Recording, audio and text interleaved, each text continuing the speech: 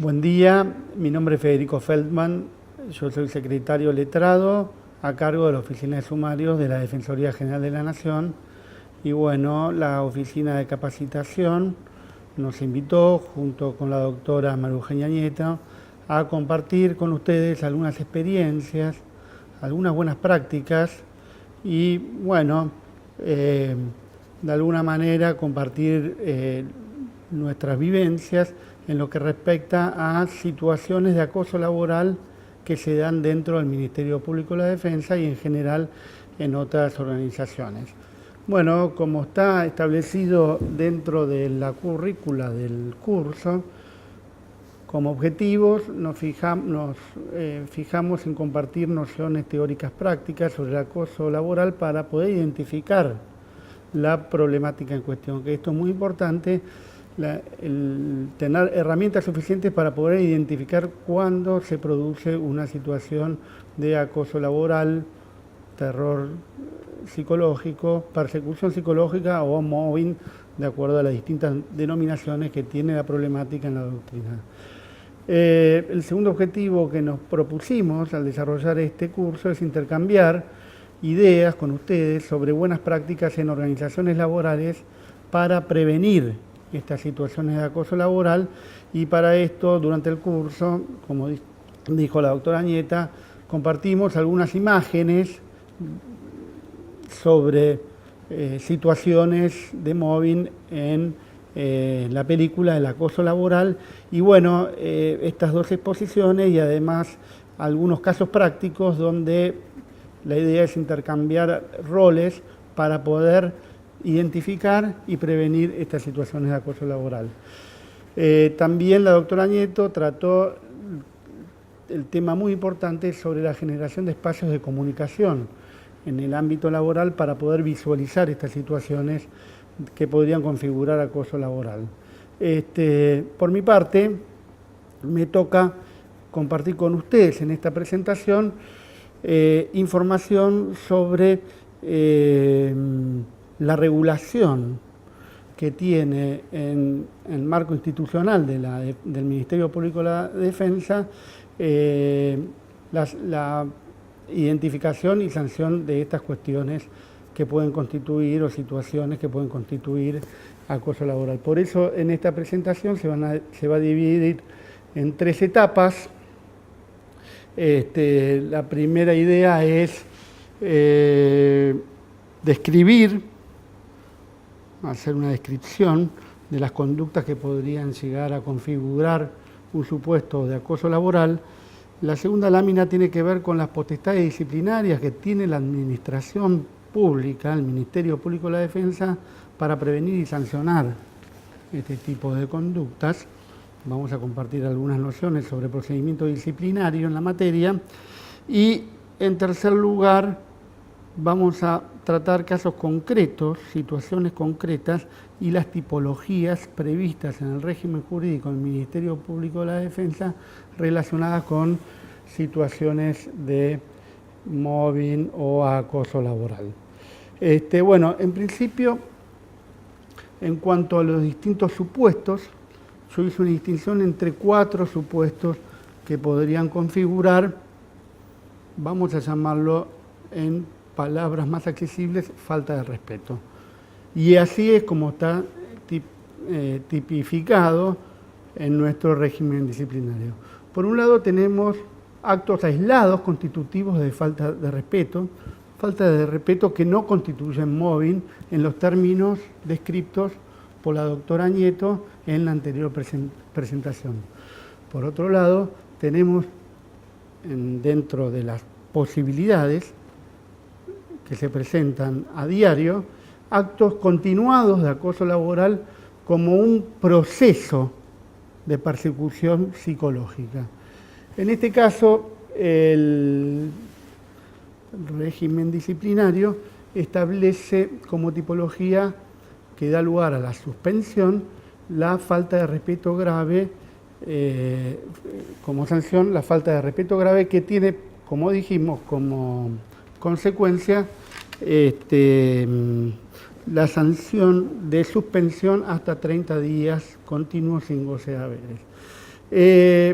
Acá vuelvo sobre algunos conceptos que dio la doctora Nieto en la presentación anterior y tiene que ver con cómo se define esta situación de acoso laboral o mobbing. La doctrina, fundamentalmente Marie-France Irigoyen, define la conducta de acoso como cualquier manifestación de conducta abusiva y especialmente hace hincapié a los comportamientos, palabras, actos y gestos o escritos que puedan atentar contra la personalidad, la dignidad o la integridad física o psíquica de un individuo y que puedan poner en peligro su empleo o degradar el clima de trabajo. En esta definición yo me permito destacar que el acoso laboral no se da solamente a través de las palabras, sino también hay actos, gestos o manifestaciones escritas que podrían llegar a constituir acoso laboral. Es más, en general, como lo ha dicho la doctora Nieto en su anterior exposición, esta situación se da en forma anodina, en un registro no verbal, en un registro soterrado. Tiene que ver con prácticas no saludar, tiene que ver con suspiros, tiene que ver con gestos y tiene que ver también con maltratos explícitos que, si se da en forma continuada en el tiempo, como bien explicó la doctora Nieto, puso como ejemplo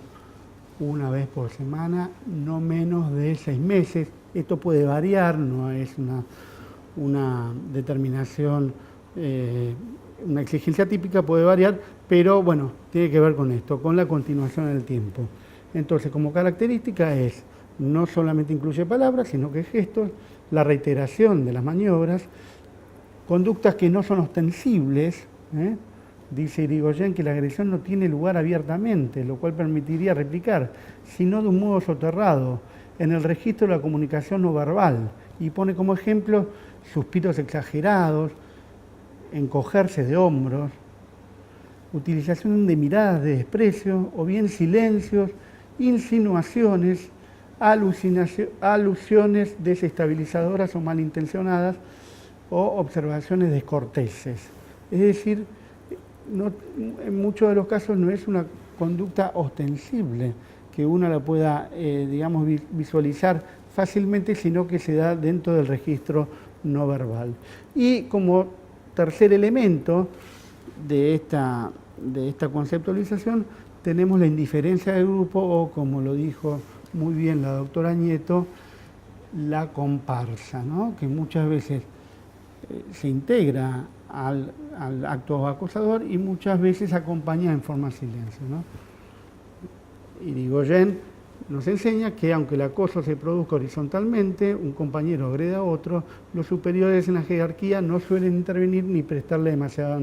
atención y solamente toman conciencia del problema cuando la víctima reacciona de manera visible mediante crisis nerviosas, llantos o directamente afectaciones a su salud. Entonces, por un lado tenemos actos, recapitulando, actos aislados de falta de respeto que no constituyen acoso laboral, pero sí dan lugar a sanciones disciplinarias menores, como pueden ser la prevención y el apercibimiento, y en este caso es muy importante la prevención, ¿no? Esto de evitar, digamos, que actos simples de falta de respeto se constituyan actos de acoso laboral que se prolonguen en el tiempo y puedan constituir un acto de acoso laboral. Y acá vamos a ver la importancia que tiene la comunicación y la intervención del jefe de la dependencia. Y cuáles son las responsabilidades, incluso del jefe de la dependencia, si no hace lo necesario para evitar que se produzca el acoso laboral, que la doctrina llama responsabilidad por la creación de un ambiente de trabajo hostil. Y por último, entonces recapitulamos actos aislados de falta de respeto simples en la figura básica, actos continuados de acoso laboral como proceso continuo, sin solución del tiempo, puede durar como dijimos, 6 meses, un año, hasta varios años, y por otro lado, actos de acoso laboral o conducta que incluyen una voluntad dolosa o ultraintención de desarrollar la conducta con directa y premeditada intención de forzar a la renuncia en su puesto de trabajo. Es decir, tenemos el dolo de acosar y a ello se suma una ultraintención de que la gente sea desplazado de su trabajo. Esta, por supuesto, constituye la conducta más grave y lo que en general la doctrina denomina mobbing, que incluye esta ultraintención. Entonces, sobre posibilidades o herramientas para prevenir, que es uno de los objetivos que nos fijamos para compartir en este grupo, en este curso. Y tenemos, como bien dijo la doctora Añeta, la importancia de la comunicación. Todos los problemas laborales, o casi muchos de los problemas laborales, se dan lugar por falta de comunicación. Y en este caso distinguimos, o por lo menos en esta presentación, 4 tipos de comunicaciones. Uno tiene que ver la comunicación horizontal. Para evitar este efecto de comparsa es importante que el agente acosado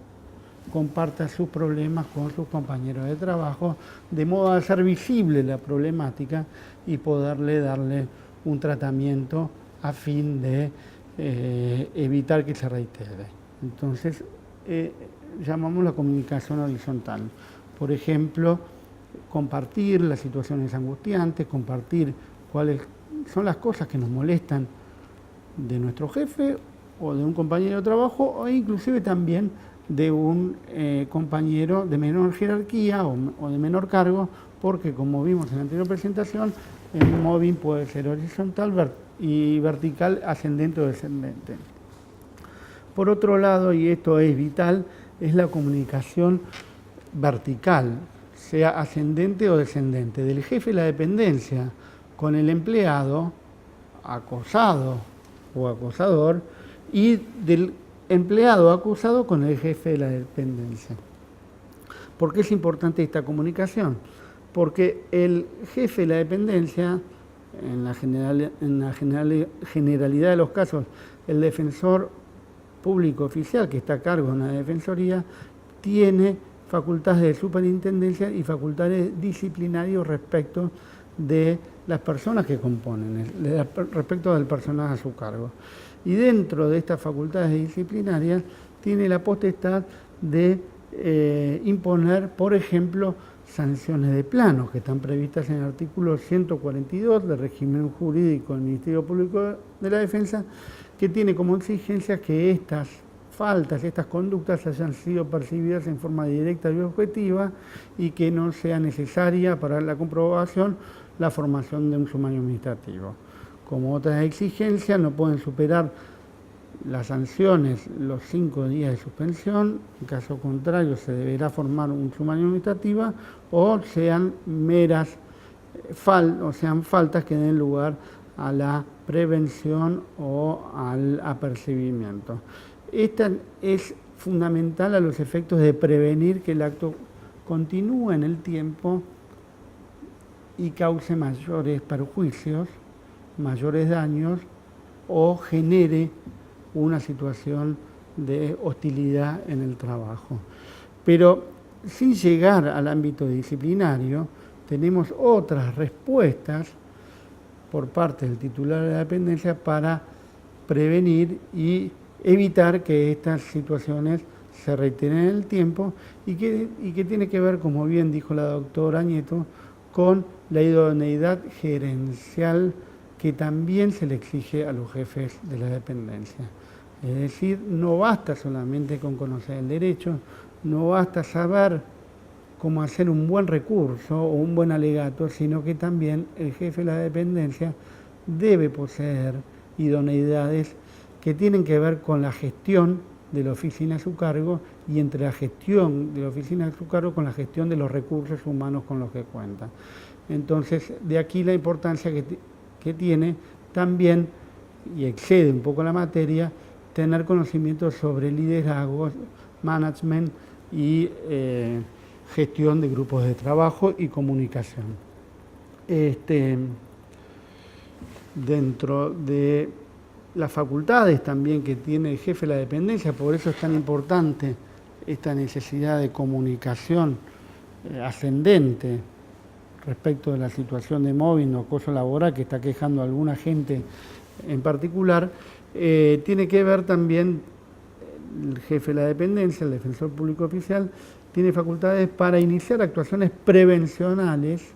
recoger, digamos, los testimonios o recoger la información necesaria a los efectos de eventualmente dar intervención a la Defensoría General de la Nación, a la Oficina de Sumarios a mi cargo, o a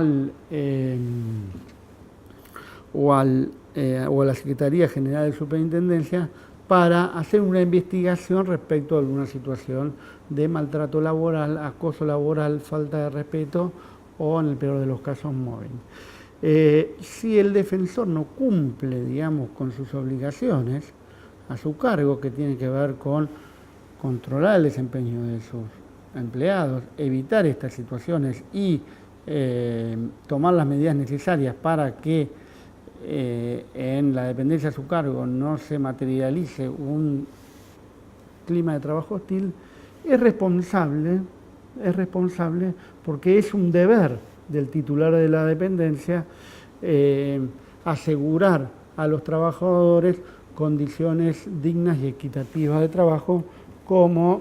lo garantiza el artículo 14 bis de nuestra Constitución y los tratados internacionales con jerarquía constitucional. Bueno, y por otro lado tenemos entonces la comunicación horizontal, a los efectos de visualizar el problema y erradicarlo en la dependencia, la comunicación ascendente hacia el titular de dependencia para que tome las medidas, primero de gerenciamiento de recursos y luego, en todo caso,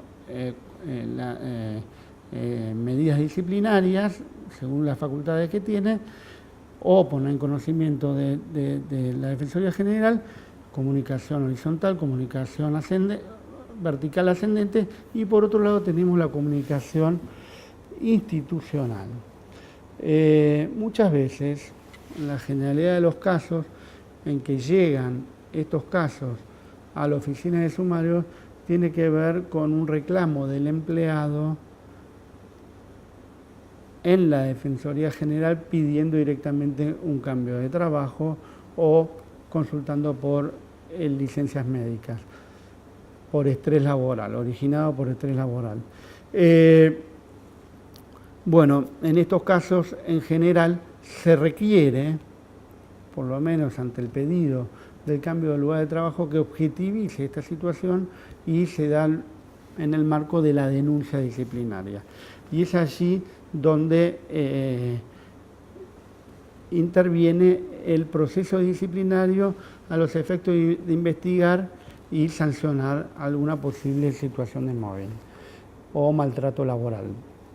Bueno, los requisitos de la denuncia disciplinaria están contemplados en el artículo 155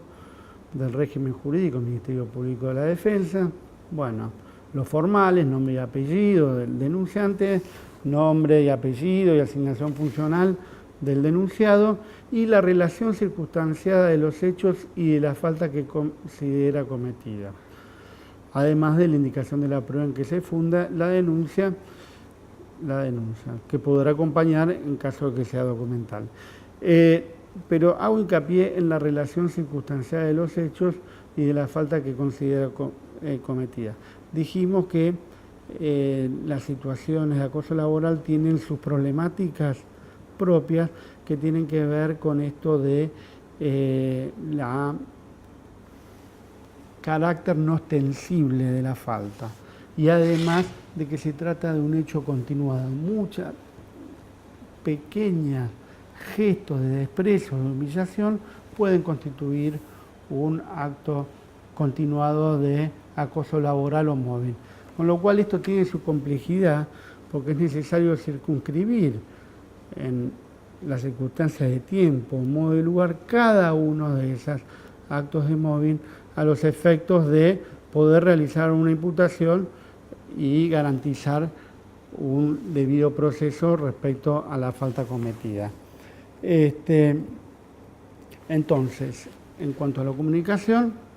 recapitulamos: comunicación horizontal, el agente con su compañero de trabajo; comunicación vertical, ascendente, el agente con su jefe; o descendente, el jefe con su empleado. Comunicación institucional, poner en conocimiento de la Defensoría General de la Nación a través de una denuncia disciplinaria, que este es el último caso de comunicación, que es ya a través del sumario administrativo. A continuación daremos las nociones básicas sobre el proceso disciplinario. El titular de la potestad disciplinaria es la Defensora General de la Nación, es la autoridad de aplicación, y en el proceso disciplinario va a actuar un instructor que hace las veces de fiscal del proceso en un acusatorio puro. Básicamente las etapas es la denuncia, una prevención sumaria, donde el instructor recoge todas las pruebas. En este caso tiene mucha importancia las declaraciones testimoniales de la gente que comparte la oficina, una prevención sumaria para formular una imputación. Y si el instructor y la autoridad de aplicación considera que existe mérito para formular una imputación por una falta disciplinaria, ahí recién se abre el sumario administrativo, donde se le dan todas las garantías al imputado o al sumariado respecto a la defensa, respecto de las posibilidades probatorias, respecto al derecho a ser oído, a ser asistido por un defensor, etcétera, etcétera, etcétera. Es importante saber aquí que el denunciante goza con los derechos que acuerda el Código Procesal Penal de la Nación en cuanto a la información. En nuestro régimen disciplinario, el denunciante no tiene ninguna actividad o participación activa en el proceso, salvo que se encuentre en una situación de vulnerabilidad, como pueden ser las situaciones de acoso laboral con violencia de género, que acuerda la Ley de Protección la Ley de Protección de Violencia contra las Mujeres. La situación del sumariado puede disponerse un cambio de dependencia mientras se tramita el proceso disciplinario, o directamente en casos de mayor riesgo o en caso de que sean estrictamente necesarios, la suspensión preventiva del sumariado. Y respecto de las faltas administrativas y disciplinarias que tienen que ver con el mobbing, identificamos básicamente 4. Una es la figura contenida en el artículo 137, inciso 3 del régimen jurídico disciplinario, que sanciona la falta de respeto simple, que tiene como sanción el apercibimiento. Dijimos la importancia de poder identificar y sancionar en esta etapa del proceso de acoso laboral, de modo que no se constituya en una situación que ponga en riesgo los derechos de los trabajadores. Por otro lado, como figura agravada, se encuentra la falta de respeto grave hacia otras personas, que tiene prevista la sanción de suspensión hasta 30 días sin goce de haberes. La falta de respeto grave la gravedad tiene que ver sea por la naturaleza de las agresiones o sea por su persistencia en el tiempo. Y como sanción, mayor sanción, en caso de mobbing, que se den todas las condiciones que ya dijo la doctora Nieto y que de alguna manera repasamos en esta exposición, puede constituir la falta de mal desempeño o grave negligencia en el ejercicio de sus funciones, que en caso de ser empleado o funcionario puede dar lugar a la cesantía de la persona, y en caso de ser magistrado a la intervención del Tribunal de Enjuiciamiento para resolver la posible remoción del magistrado. Y por último, falta de respeto simple, falta de respeto grave, mal desempeño o grave negligencia de ejercicio de sus funciones. Y por último tenemos el tipo que sanciona al magistrado o al titular de la dependencia, mejor dicho, que no toma los recaudos necesarios para evitar una situación de clima laboral hostil en la dependencia, que tiene que ver con el cumplimiento de sus deberes esenciales que rigen su actuación, previsto en el artículo 138, inciso tercero del régimen jurídico del Ministerio Público de la Defensa, y que tiene previsto la sanción de multa hasta 20% de sus haberes. Bueno, espero que hayan servido estas nociones. Básicamente la idea es que ustedes puedan identificar una situación de acoso laboral, que tengan las herramientas para poder comunicar la problemática y que tengan algunas nociones respecto de qué tratamiento da el régimen jurídico del Ministerio Público de la Defensa, básicamente el poder disciplinario del Ministerio Público de la Defensa, para evitar y sancionar este tipo de prácticas. Muchas gracias.